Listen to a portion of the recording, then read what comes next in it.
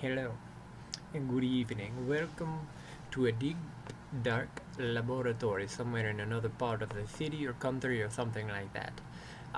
My name is Mr. Escucha, Mr. Andres Escucha, and I've been asked by my cousin, Mr. Andy Scott, to come and talk to you tonight because he is asleep. And he wanted me to come and share because I share some of the genetics with him because we're cousins and we have the same family. And so I thought, well, perhaps I would be happy to share some of my knowledge with you as a student. So, without further ado, let us begin. We are going to take a look at the homework sheet that Mr. Scott gave you for an assignment yesterday, and we're going to take it a little piece by little piece, okay?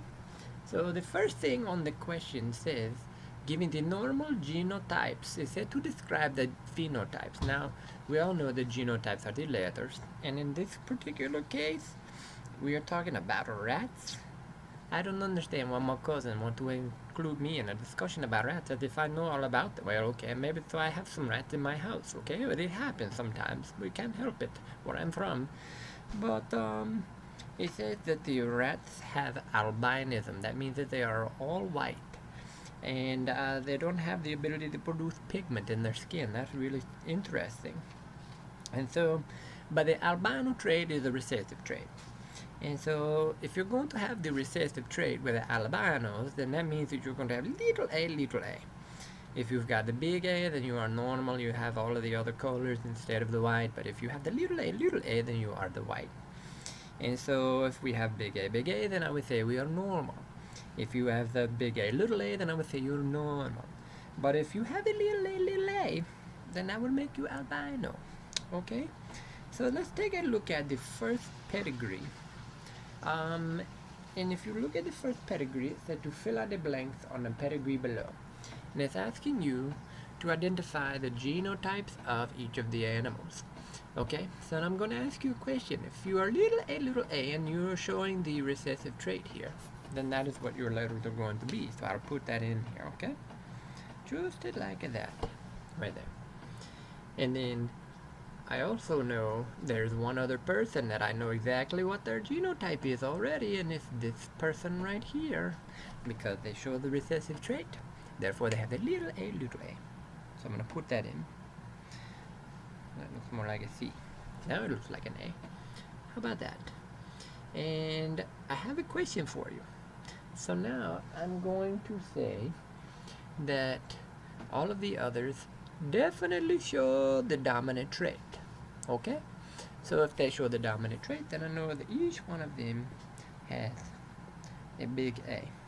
So the question that I have for you now is, if this little person right here got two little A's, I know that they got one little A from this person here, that's the dad. But what must this other trait or allele be? They show the dominant allele. I'm getting my words confused because sometimes that happens. They show the dominant trait, but they have the dominant allele. But if this child down here has the recessive and the recessive, then what must the other allele be? That's right. They're going to be heterozygous. That's right, heterozygous. Now, we must take a look because we know down here it's little a, little a. And so if all of the other two children in this pedigree show the dominant trait, boom and da boom, but they have a parent who can only give a recessive allele, then what must these two be? That is correct. They must be heterozygous. So, I make them the heterozygous. And there you go. There's your first pedigree. It's all done. Now the question below says, how many of the children does this family have? Well, if you look at the family, you see the two parents right here, and you see the children. How many children do they have? A 1, a 2, a 3. After we count all the trees, that's what are the sexes of the children. Now that means what are their genders. And if you look, we know that this is mommy, and this is daddy, and therefore all of the children are going to be little girl rats. Only one of them is albino, but they have 3 little girl rats. They are all female. Is there any more questions about that one? Okay, let's move on. Oh, does someone have a question? No? Okay. So I think we are going to just move on to the next one. So it says here, we have a square, that's a papa, and we have a circle, that's a mama, and they are not shaded in, so we know automatically they show the dominant trait. They must have a dominant allele. Now they're going to have babies. How many babies they have? They have two. So there's one, there's two. They have a little girl, they have a little boy, all of them rat. And one of the little girls, can you see? Yes, the little girl over here is shaded in, and therefore we know if she's shaded in, she carries the recessive traits. So that must mean she has how many of the recessive alleles? A 1 and a 2. That's correct. So she's going to be a little a. Just like that. Now that tells us something else about each one of the parents. If she's a little a, then guess where her A's came from? Her papa and her mama. So Papa Rat has a big A, little a. Mama Rat has a big A, little a. How do we know that for sure? Because look at this baby rat. Little a, because she shaded in. We don't shade these two in because they show the dominant trait. Now the other child is also not shaded in. I feel like sometimes my accent comes and goes. And they're going to have a baby. Actually, they're going to have 3 babies. So let's draw 3 babies. Okay, dokie. They have a little girl, a little boy, and another little girl. The little boy is shaded in, so we're going to shade the baby. And we know if he's shaded in, he has a recessive trait, so therefore he's going to have the recessive allele, just like always. And we also know if he has the recessive allele, where did he get it? From the mama and from the papa. That sounds more Italian. I'm not Italian. And then we also know from these two parents that they are showing the dominant trait, therefore they must have, that's right, the dominant allele. So they are both going to be heterozygous. So see how this works so well. Now, when we come down here, we see that one of the little girls got married. Oh, how sweet. She found her a honey rat. I don't know, I just made that term up. Honey rat. Sounds good to me, huh? And they had a little baby girl, who was also shaded in. So it looks like this right here on your paper. And we know that that little baby rat is albino, so she's going to be a little a. We're looking here at the papa rat. We know he's also shaded in, so he's going to be little a. And in order for the baby rat right here to be little a, and she got one from here, she's going to get another one from here. So this parent must have a little a. But, question for you, to make sure you're paying attention, does this one show the dominant or the recessive? It's not shaded in, so what is it? Dominant. And if she's dominant and she got a little a, then what must the other allele be? That's right. No, it's not the letter B. It's just a letter A, but it's a big one. It's a big A. And so there you go. Big A, little a. We call that heterozygous. Now, here's the tricky part. Because we are looking, you cannot see because I'm not holding it correctly. We have big A, little a, big A, little a. We know what this one is. We know what this one is because of the children. This one over here, we do not have any children yet. And so all that we really know right now is that she's sort of the dominant trait. Therefore, what is the allele that she must have? That's right. She must have a big A.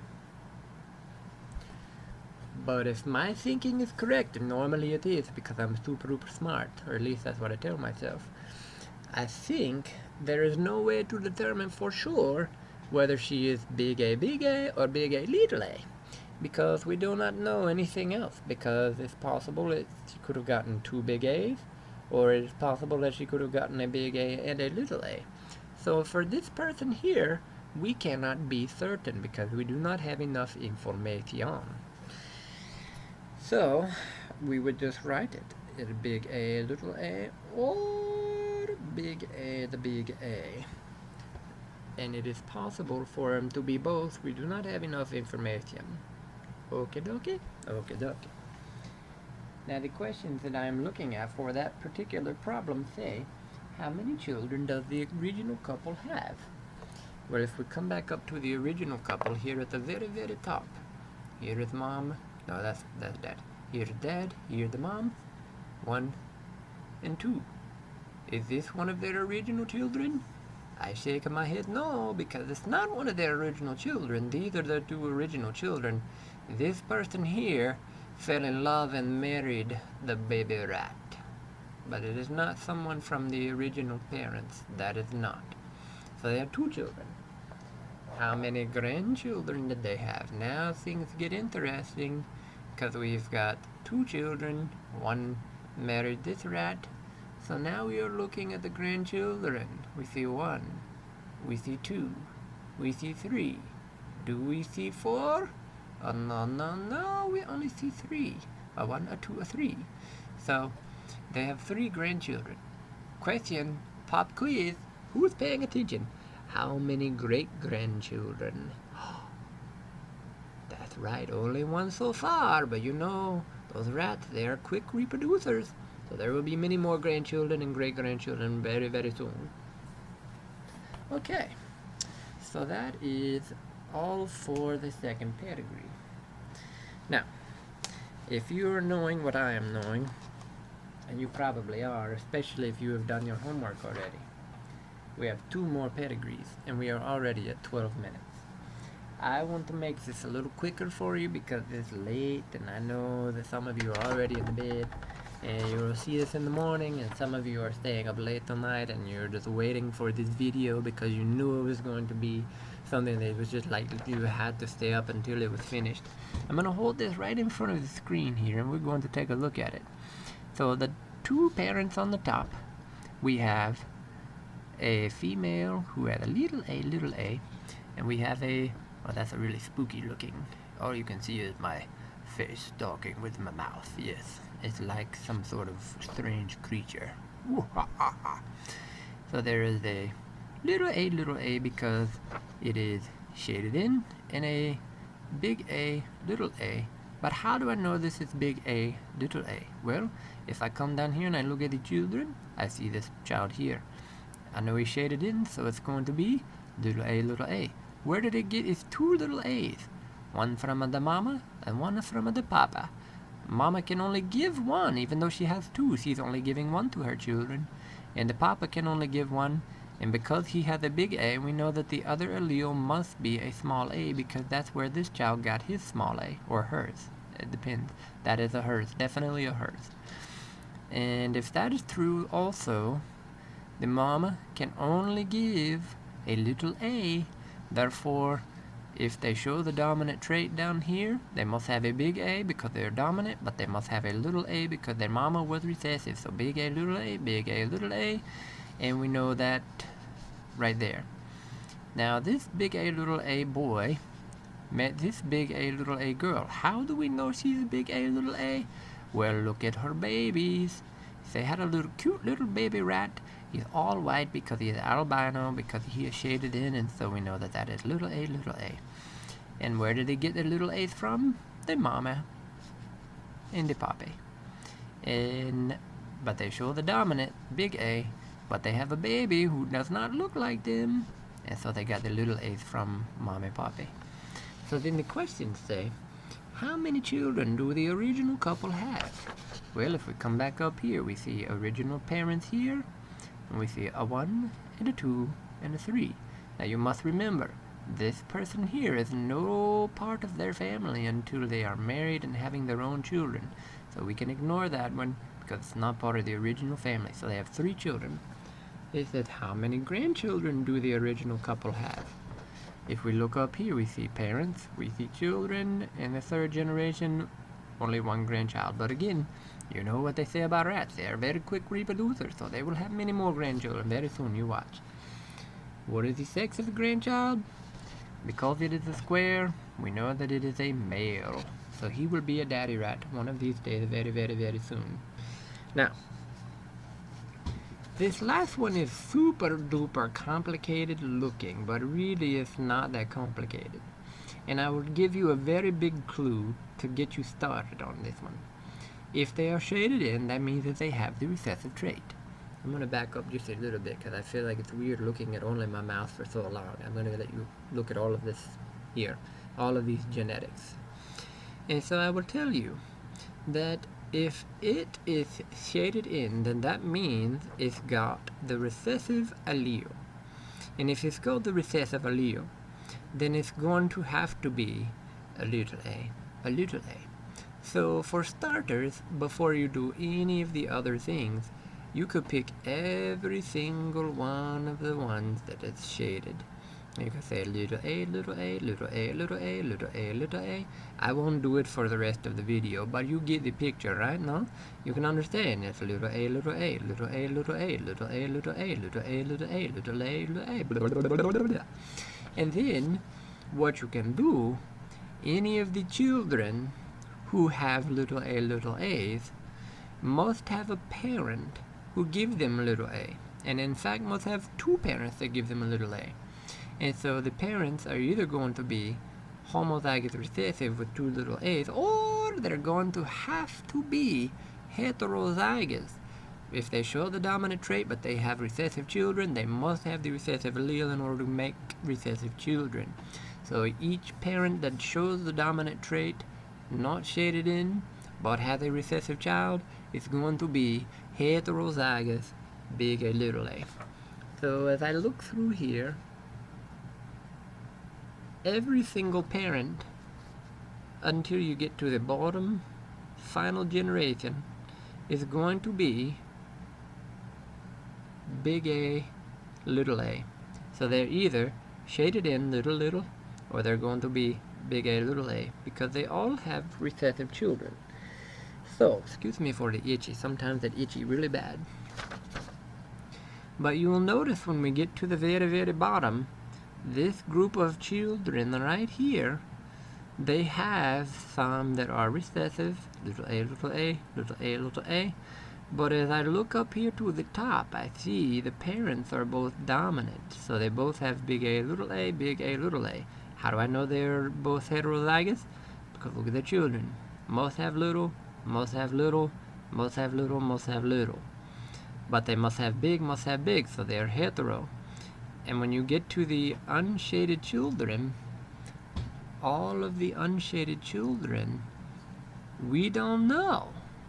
So all of the unshaded children down here could either be big A, or big A, little a. Because could this one give a big A to his child? Oh, of course he can. Could this one give a little a? Of course he can. Same over here. And that was a she, not a he. He could give big or little. She could give big or little. They could both give bigs. They could give a big and a little. We know that they have at least one big. But we know that they don't have two littles because they would look like this. Okay? And I make a little note here. It says, if one parent is recessive and their offspring show the dominant allele, not shaded, then the offspring must be heterozygous, because they show the dominant, big A, but the recessive parent can only give a recessive allele. So there you have it. I will post this online for my cousin, Mr. Scott, and so you can take a closer look at the answers, no? And then after this, really, there is nothing more to teach you about genetics or the heredity, because as you can see, genetics and heredity, it makes up everything about who we are. And so, with that being said, I think the best thing for us to do is say goodnight, sign off, and all of the best on your test tomorrow. I don't know why I keep looking at myself instead of the camera, because you are going to be looking at the screen and you're going to wish that someone would talk to you instead of talking to themselves. I understand that, because it happens to me all the time.